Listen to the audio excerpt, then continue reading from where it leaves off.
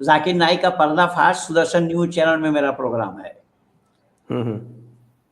वो लफाजी ज्यादा करता है। मुझे तो तकलीफ बहुत हुई पंडित जी, मैंने इस पर वीडियो बना करके भी दिया कि मुझे हैरानी इस बात की है कि हमारे हिंदू घराने के बच्चे, बेटा और बेटी, ये पढ़े लिखे हैं और ये सड़क पर कागज चुनने वाले लोगों के बातों से बहक जाते। ये मैं नहीं समझ पाया कि इनकी बुद्धिमत्ता कहाँ है। ये तहकीकात क्यों नहीं करते? अब वो कह रहे हैं कि हमारे यहाँ मूर्ति पूजा नहीं है, हम एक अल्लाह को, अल्लाह की इबादत करते हैं, हमारे यहाँ एकेश्वरवाद है।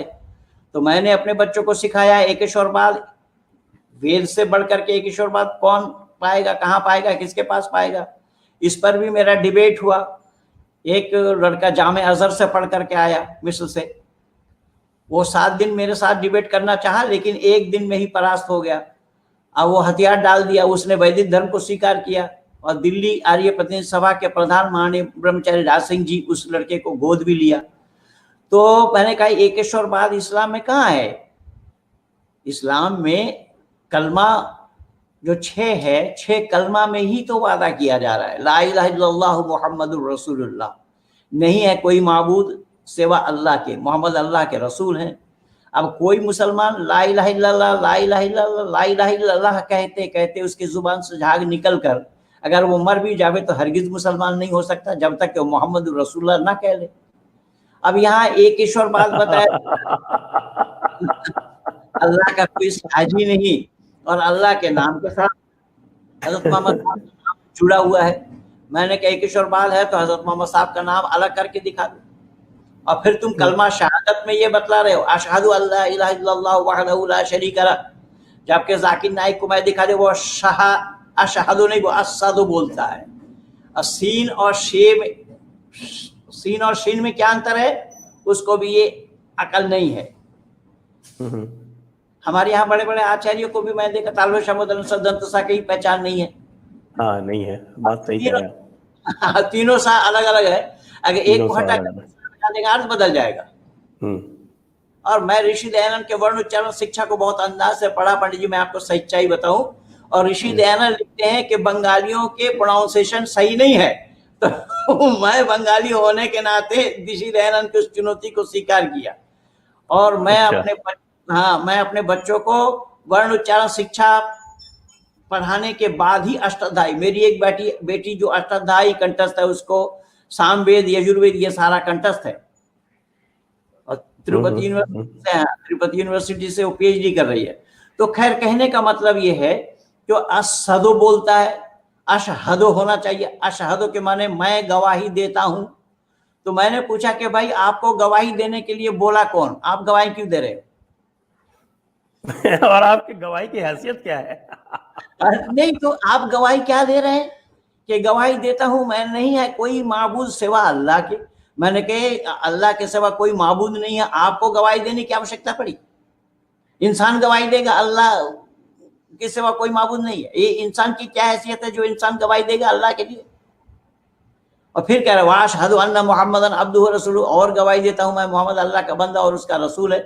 मैंने कहा कि भाई गवाही तो उस दशा में दी जाती है चाहे कोई रिश्वत लेकर के दे या किसी का पक्षपाती हो करके गवाही दे, पर गवाही तो तब दी जाएगी जब कोई पूछेगा। तो आपसे किसी ने पूछा ही नहीं, आप गवाही देने लगे हैं, क्या मतलब हुआ इसका?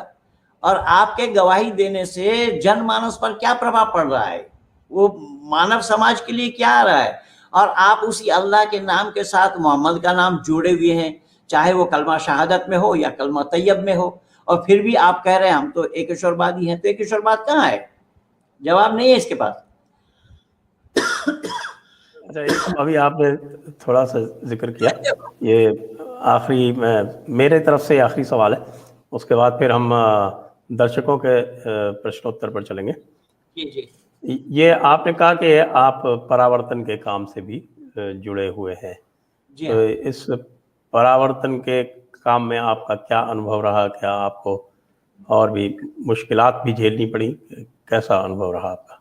वो असल में देखिए, मैं इस्लाम वालों को घेरा केवल इसी एकेश्वरवाद पर कि हमारे यहाँ वेद में एकेश्वरवाद, एको देवा सर्वभूतेषु गुणा सर्वव्यापी सर्वभूतांतरात्मा, परमात्मा एक है, भिन्न और कोई नहीं, जो सृष्टि के रचयिता है, स्थिति करता और प्रलय करता है।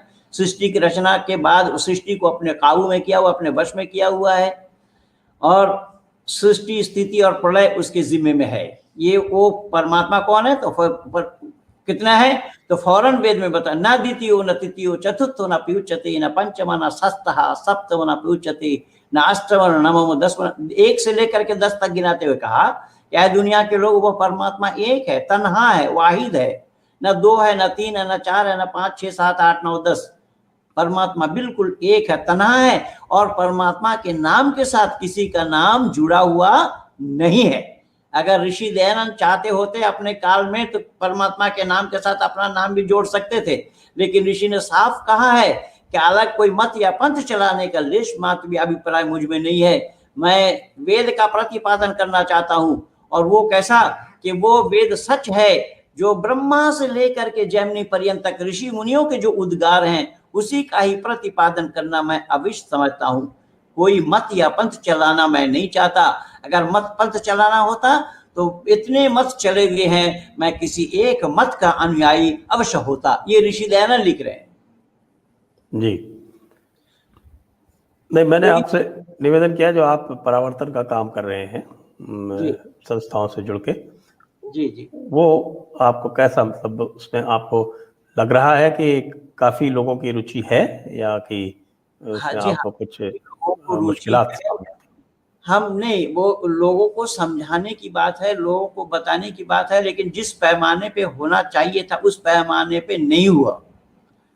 जबकि ये काम ऋषि दयानंद का जोड़ा हुआ था, स्वामी श्रद्धानंद मरते दम तक यही काम करते गए, लेकिन जिन लोगों पर ऋषि दयानंद ने जिम्मेदारी दी, जो आर्य नामधारी लोग हैं, उन लोगों ने भी इसमें रुचि नहीं रखी। वो लोग अगर रुचि रखते होते और इस पर काम करते या काम करने वालों का सहयोग करते होते तो बात बहुत आगे बढ़ती और भी काम हो सकता था। पर जब आर्य समाज ने इस काम को जोड़ा तो उस समय हिंदुओं ने विरोध किया, लेकिन आज विश्व हिंदू परिषद हो और वनवासी कल्याण आश्रम हो, सीमांत शांति सुरक्षा समिति हो, अखिल भारत विद्यार्थी परिषद हो, आज सारे लोग मिलकर के उसी काम में लगे हुए हैं। जिस काम को ऋषि दयानंद ने जोड़ा था उस समय इन्होंने विरोध किया था, लेकिन आज ये लोग इस काम को अपनाए हुए हैं, और हिंदू जागरण मंच की ओर से, विश्व हिंदू परिषद की ओर से और भी संगठनों की ओर से ये परावर्तन वाला काम जारी है, बड़े पैमाने पे हो रहा है। मैं तो पंडित जी आपको बताऊं, एक सिटिंग में मैंने 3000 लोगों की शुद्धि करी बदायूं में, और उसमें दिलीप सिंह जूदेव जो छत्तीसगढ़ के नरेश थे वो भी थे। हाँ, वो भी थे उस कार्यक्रम में, और राज्यसभा के वो सदस्य थे। और उन्होंने बोला, महेंद्र पाल जी अगर कभी आवश्यकता पड़े तो राज्यसभा में ये कार्ड लीजिए मेरा, और जब भी कभी आवश्यकता पड़े तो जरूर आप आइए। लेकिन वो बेचारे हम लोगों के बीच में ज्यादा देर रह नहीं पाए, उनका स्वर्गवास। जी हाँ, वो तो शांत हो गए। चलिए, अब इसी से अब हम दर्शकों के प्रश्न लेते हैं। दर्शकों से मेरा अनुरोध है कि इस वीडियो को कृपया लाइक करें, इसको शेयर करें, चैनल को सब्सक्राइब करें, बेल आइकॉन दबाकर चैनल के नोटिफिकेशन लेते रहें, और अपना जो भी सहयोग है वो यथासंभव करते रहें। अब हम प्रश्नोत्तर पर चलते हैं। Press the bell icon on YouTube and don't miss another update.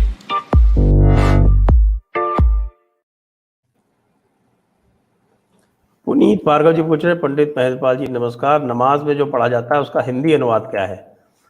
खुतबा में शरीयत के लिहाज से जो पढ़ाया जाता है उसका अनुवाद, और आमतौर पर खुतबा के नाम पर क्या क्या पढ़ाया जाता है? वो तो नमाज में जो पढ़ते हैं वो सब कुरान से ही पढ़ा जाता है। बाकी सीधा रुकू तस्मिया कुछ अपना अलग बनाया हुआ है, वो सब पढ़ना पड़ता है। बाकी खुतबा में हज़रत मोहम्मद साहब, उनके आलो अयाल, उनके वंशज जितने जो कुछ भी हैं, कैसे कैसे हुआ खुतबा में, वो पढ़ा जाता है, वो बताया जाता है। और उसका अनुवाद आप हिंदी में अनुवाद पा जाएंगे, आप इंटरनेट पर सर्च करिए, पा जाएंगे, नमाज भी पा जाएंगे और खुतबा भी पा जाएंगे। जी, सुधीर मिश्रा जी, पंडित जी को प्रणाम, मेरे लिए आप बहुत महान हैं। नमस्ते नमस्ते जी, हाँ बहुत बहुत धन्यवाद आपको जी। Avin Rishi, Islam is not a thought but a military strategy. Can a sword be countered with logic? I don't think logic and truth are strength of Islam. कह रहे हैं कि भाई इस्लाम जो है वो एक चिंतन नहीं है, एक वो मिलिट्री की एक रणनीति है। हाँ बिल्कुल। और कह रहे हैं कि तलवार का मुकाबला तर्क से नहीं किया जा सकता, और तर्क और सत्य जो है वो इस्लाम की ढाल नहीं है। इस्लाम की ढाल न हो भले ही, तलवार कई बार आपके हाथ में रह जाएंगे लेकिन बोली से तलवार हाथ से छूट जाएंगे। ऐसी भी घटनाएं अनेक हैं, एक दो नहीं।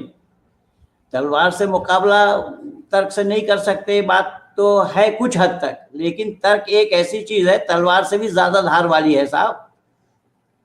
और ऐसा बहुत मैं परास्त करके देखा हूं। अब तक मैं लगभग 39 साल मेरा हो रहा है इस काम को करते हुए आर्य समाज के मंच पे। जी। शक्तिमान जी कह रहे हैं दीन की दावत पार्ट 2 बहुत अच्छा था, तो तीसरा कब आएगा? चलिए, वो तो हमसे सवाल कर रहे हैं। हाँ, जल्दी आएगा, जल्दी आएगा। एक निक्स, आपके जौहर और साका के कार्यक्रम को देखकर भी मेरी छाती में आग ठंडी नहीं पड़ी है। ये आज के कार्यक्रम से संबंधित नहीं है, आगे चले।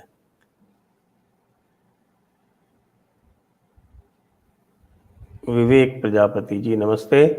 कुरान में तो तत्व ज्ञान जैसा कुछ भी नहीं है, तो हमारा तत्व ज्ञान उनके दिमाग में जाएगा ही नहीं, और क्या रास्ता हो सकता है मुस्लिम को रास्ते पर लाने के लिए? तत्व ज्ञान जाएगा नहीं ऐसी बात नहीं है। अगर उनके पास हम इस सच्चाई को ले जाएं और सच्चाई को बताएं, जैसा एक छोटा उदाहरण मैं दे रहा हूं, और वो उदाहरण ये है कि कुरान खुलते ही यही आपको पता रहेगा कि अलिफ लाम मीम ज़ालिकल किताब ला रैब फीह, सूरह बकर यहीं से शुरू हो रहा है। ज़ालिकल किताब ला रैब फीह के माने कोई शक व शुबा की गुंजाइश नहीं इस किताब के अंदर। ये अल्लाह ने कह दिया, शक व शुबा की गुंजाइश नहीं। अब उस कुरान को जब आप पढ़ेंगे और कोई शक वाली बात आए तो इनके सामने प्रस्तुत करिए, जैसा मैं ये कर रहा हूँ। औ कल्लज़ी मर्रा अला क़र्यतिन व हिया ख़ाविअतुन अला उरूशिहा क़ाल अन्ना युहयी हाज़िहिल्लाहु बअद मौतिहा फ़अमातहुल्लाहु मिअता आमिन सुम्मा बअसहु क़ाल कम लबिस्त क़ाल लबिस्तु यौमन अव बअद यौमिन क़ाल बल लबिस्त मिअता आमिन फ़न्ज़ुर इला तअामिका व शराबिका लम यतसन्ना वन्ज़ुर इला हिमारिका वलनजअलका आयतन लिन्नास वन्ज़ुर इज़ाम कैफ़ नुनशुज़ुहा सुम्मा नक्सुहा लहमा। ये सूरह बकर आयत नंबर 259 में अल्लाह ने जिक्र फरमाया। अब अल्लाह ने तो पहले ही बता दिया कि इस किताब में कोई शक की गुंजाइश नहीं। अब इस 259 आयत नंबर 259 सूरह बकर में बताया कि इब्राहिम एक गांव से किसी गुजर रहे थे और जाते देखा कि गांव के लोग सब मर चुके, सुनसान पड़ी है, औंधे पड़े हैं। तो उन्होंने अल्लाह से पूछा है, अल्लाह आप इन मरे को जिंदा कैसे करते हो? अल्लाह ने कहा कि विश्वास नहीं? बोला हाँ यकीन तो है, मैं देखना चाहता हूँ। बोले जाओ आगे जाओ, तुम्हारे पास जो गधा है उसकी रस्सी बांध दो पेड़ के जड़ में, सामान अपना रखो और बैठ जाओ। ये सुबह का वक्त था, उन्होंने ऐसा किया। ठंडी ठंडी हवा लगी, उनको नींद आई, वो सो गए। जब सो गए तो अल्लाह ने उनकी रूह निकाल ली। 100 वर्ष के बाद उनकी रूह लौटा दिया। अब उनसे पूछा जा रहा है कितने दिन से सो रहे हो? उसने बोले एक दिन भी नहीं हुआ। अल्लाह ने कहा देखो तुम अपने गधा की तरफ, जिस गधा का बिल्कुल पिंजर पिंजर दिखाई दे रहा है, हड्डी हड्डी दिखाई दे रहा है, कंकाल बन गया है, और 100 साल तुम सो रहे हो। अब आश्चर्य की बात यह है कि 100 साल में गधे का तो कंकाल बन गया, लेकिन इब्राहिम जू का तू क्यों और कैसे रहा? पहला सवाल। दूसरी बात यह है कि वो जो खाने पीने का सामान रखा 100 साल में वो बिल्कुल सड़ा गला नहीं, तरोताजा रहा। अब इस्लाम वालों से पूछिए भाई 100 साल में खाने पीने का सामान तरोताजा कैसे रह सकता है? कौन फ्रिज रखा था वहां पर? अब फ्रिज में भी 100 साल तक सामान रखे जाएंगे क्या? तरोताजा रहेंगे क्या? इस कुरान के इन आयतों में संदेह के लिए अवकाश नहीं है। अल्लाह ने कैसे कह दिया कि शक व शुबा की गुंजाइश नहीं? पूरा शक भरा पड़ा है, शक एक दो नहीं, मैं ऐसा हजारों शक उत्पन्न कर दिया हूं अब तक। तो इन कुरान वालों से ये पूछना चाहिए कि साहब आप जो बतला रहे हो ठीक है, आध्यात्मिकता तो आपके पास नहीं है, इल्म तसव्वुफ सही पूछिए तो इस्लाम के पास नहीं है। ये तो अल्लाह के नाम से बाउंडर मचाए हुए हैं। अगर इल्म इल्म तसव्वुफ या आध्यात्मिकता की बात होती तो कत्ल करने के लिए, औरों को कत्ल करने के लिए हुक्म क्यों और कैसा दिया जाता या दिया गया होता? या अय्युहन नबी हर्रिज़िल मोमिनीन अलल क़िताल इन यकुम मिनकुम, ऐ नबी हम तुम्हें ताकीद करते हैं, सूरह अनफाल आयत नंबर 65 को देखिए, हम तुम्हें ताकीद करते हैं तुम काफिरों के खिलाफ लड़ो, मुशरिकों के खिलाफ लड़ो, तुम 100 मुसलमानों 200 काफिरों पर भारी पड़ोगे, तुम 1000 हो तो उनके कई हजार पर भारी पड़ोगे। ये तो अल्लाह तो खुद कह रहे हैं। तो अल्लाह तो प्रेरणा दे रहे हैं कत्ल करने के लिए, गैर मुस्लिमों को मानने के लिए। जब गैर मुस्लिमों को मानने की बात अल्लाह के, तो अल्लाह कहाँ से आध्यात्मिकता पाएंगे? अल्लाह वाले के पास आध्यात्मिकता कहाँ से आ जाएगी? ये तो दुनिया देख रही है सर।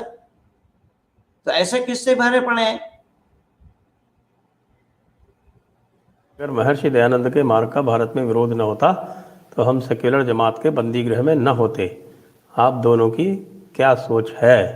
आप गिरीश कुमार जी भाई, बहुत बहुत धन्यवाद आपको कि आपने बिल्कुल सही सवाल उठाया। ऋषि दयानंद की मान्यता को अगर लागू कर दिया गया होता, कई बार मैं आर्य समाजियों से भी दावा के साथ कहता हूं कि ऋषि दयानंद ने आर्य समाज के नियम में लिखा है, 5वां नियम में आया है, सब काम धर्मानुसार अर्थात सत्य और असत को विचार करके करना चाहिए। ये एक नियम अगर लोकसभा में लागू हो गया होता तो भारत का नक्शा कुछ और होता। जबकि आर्य समाजी बहुत सारे नेता रहे हैं, आज भी हैं लोकसभा में, लेकिन ऋषि दयानंद की चर्चा कहीं नहीं है। ऋषि दयानंद, ये तो समझ आ जाए कि ये दिन अगर ऋषि दयानंद का आगमन हो जाए तो ये कार्यकर्ता अधिकारी सब मिल करके कहेंगे, स्वामी जी आप वहीं खड़े रहिए, हम लोग काम चला रहे हैं। ऋषि दयानंद देखिए साहब, जब स्वामी श्रद्धानंद की हत्या हुई थी जी, तो महात्मा गांधी ने ही अब्दुल रशीद को अपना भाई बोला था, हत्यारे को। भाई नहीं बोला, जबकि महात्मा गांधी को, मोहनदास करमचंद गांधी को महात्मा गांधी कहने वाले, खिताब देने वाले यही स्वामी श्रद्धानंद जी थे। स्वामी श्रद्धानंद जी ने केवल भाई नहीं, उनको उनके केस की पैरवी भी की मोहनदास करमचंद गांधी। और मोहनदास करमचंद गांधी ने शुद्धि आंदोलन का विरोध किया। मोहनदास करमचंद गांधी नाम के वो जीव हैं, मैं कहूं सुनाऊं तो आप लोग सुन नहीं पाएंगे, मैं दावा के साथ कह रहा हूं, बहुत सारा प्रमाण मेरे पास है और मैं अब तक 39 साल से ये संपूर्ण विश्व के आंगन में उजागर कर रहा हूं कि महात्मा की उपाधि मिलना बहुत कठिन काम है। महात्मा कौन होते हैं? जो लड़कियों को निर्वस्त्र करके बिस्तर में लेटा रहे, वो महात्मा हो रहे हैं। ये तो है काम। हमें तो पाठ ही उल्टा पढ़ाया गया, सही को गलत, गलत को सही। ये रघुपति राघव राजाराम पतित पावन सीताराम ईश्वर अल्लाह तेरो नाम बोला तो कोई आज तक किसी मुसलमान ने ये नारा क्यों नहीं लगाया? सही बात है। टोपी चलाई, नाम गांधी टोपी पड़ा। गांधी टोपी तो खुद गांधी ने नहीं पहनी साहब। गांधी का कोई स्टैचू आप भारत में दिखाइए कि हाँ वो टोपी पहनकर खड़े हैं। ये तो हिंदुओं को टोपी पहनाया उन्होंने। चलिए अगला सवाल ले लेते हैं। पंडित जी, पेट्रा की थियरी के बारे में आप क्या सोचते हैं? ये पेट्रा का क्या, कौन है, क्या है? वो ये है, मैं बता देता हूँ क्या है। कहते हैं कि साहब की जो क़िबला है, तो ये क़िबला काबा की तरफ जो है वो लगभग 100 साल बाद आया। उसके पहले वो जेरूसलम की तरफ था और उसके बाद वो पेट्रा की तरफ था। ये ऐसे जितने भी पुरातत्व के प्रमाण हैं वो ऐसे मिलते हैं। ये कुरान से ही ले पाएंगे आप, कुरान से भी इसका हवाला है। ये जिधर मुंह करके नमाज पढ़ते हैं उधर पश्चिम नहीं है, न उधर किबला है। अल्लाह ने तो खुद फरमाया कुरान में, लैसल बिर्रु अन तुवल्लु वुजूहकुम क़िबलल मशरिक़ि वल मग़रिब फ़अयनमा तुवल्लु फ़अस्सम वजहुल्लाह इन्नल्लाह समीउन अलीम। कि नमाज पढ़ते समय तुम्हारा रुख, तुम्हारा चेहरा, तुम्हारा पेशानी पूरब के तरफ हो या पश्चिम के तरफ, अगर नियत में खुलूसियत नहीं है, नियत साफ नहीं है, तो तुम्हारा वो नमाज कुछ भी काम आने वाली नहीं है। तो अब पिटरा हो या चटरा हो, कहीं भी मुंह करे। अंकित मेहरोत्रा, क्या भारत के सारे मुसलमानों के घर वापसी हो सकती है? क्या कश्मीर में शैविज्म की स्थापना फिर हो सकती है? बिल्कुल हो सकती है। कश्मीर में ही मैं बहुतों को सत्य सनातन वैदिक धर्म में वापस लाया हूँ। आपको मैं घटना सुनाता हूँ। जम्मू कश्मीर यूनिवर्सिटी में हमारे एक मित्र हैं, प्रोफेसर साहब हैं, मैं नाम नहीं बताऊंगा। उन्होंने 200 हिंदू लड़कियों को जो मुसलमान भगा के ले गए थे उन्हें वापस ले आए। और ऐसा एक नमूना दिया मैं। ऐसा ही मेरे पास 29 वर्षों का ये सारा खजाना है, सारा प्रमाण है। मैं तो जो लब जिहाद के शिकार हो चुकी थी ऐसे बेटियों को मैं घर वापस लाया। जामे मिल्लिया से मैंने 3 निकाला। पंडित जी, मैं एक छोटा सा सुना रहा हूँ। एक लड़की जो हमारे एक मित्र के बहन है, वो एक के प्रेम जाल में फंस गई और वो लड़का रहता है रावलपिंडी। और उसके भाई मेरे से बोले कि पंडित जी, आपके रहते हुए मेरी बहन चली जाएगी। मैंने कहा मेरे से मिला, तो उससे बात कराए तो उस लड़की ने बोली कि आप फरहान को निरुत्तर करें। तो मैं घर बैठी, तो मैंने कहा ठीक है, फरहान से मिलाइए आप। तो फरहान उसका नाम था जो पाकिस्तान में बैठा था।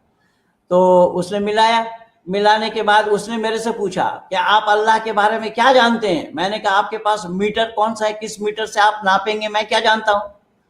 तो बोले नहीं, फिर बताइए। मैंने कहा कि अल्लाह जर्रे जर्रे में है, कण कण में है, सर्वव्यापक है, हर जगह मौजूद है। बोले जी हाँ, अल्लाह हर जगह है। मैंने कहा जहन्नुम में है। तो उल्टा और जहन्नुम में अल्लाह कैसे होंगे। तो उसने बोला कि किस मरदूद से पाला पड़ा। मैंने कहा कि भाई घबरा, ऐसा क्यों कह रहा है, तो किस मरदूद से पाला पड़ा। भाई तू ये बता कि तू, मैं जो पूछा हूं इससे तू सहमत है, यानी अल्लाह जर्रे जर्रे में है तो जर्रे जर्रे में भी तो जहन्नुम है। तो बोले, वो बौखला करके बोला, मियाँ आप अल्लाह के बारे में क्या जानते हो, आप तो 4 महीना माँ के पेट में नुतफा के तौर पर पड़े थे। 4 महीना के बाद अल्लाह ने रूह डाली, फिर 10 महीना 10 दिन आप माँ के उदर में रहे, फिर बाहर आया। तो मैंने कहा अल्लाह ने रूह कब डाली। बोले 4 महीना में। मैंने कहा अरे जाहिल, बिना रूह का तू 4 महीना गिना कैसे, वही बता दे। वो लड़की कल भी आपके घर में थी, आज भी आपके घर में है। वो लड़की को मैंने बचाया इस तरीके से।